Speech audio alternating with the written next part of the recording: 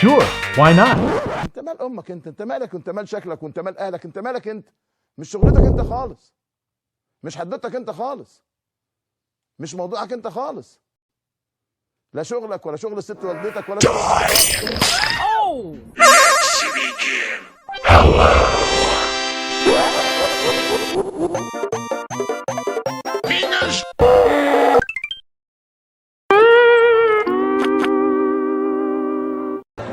شكرا، روح لامك.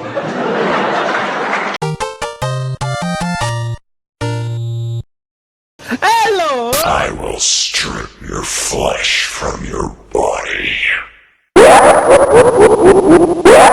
بتعمل ايه هنا؟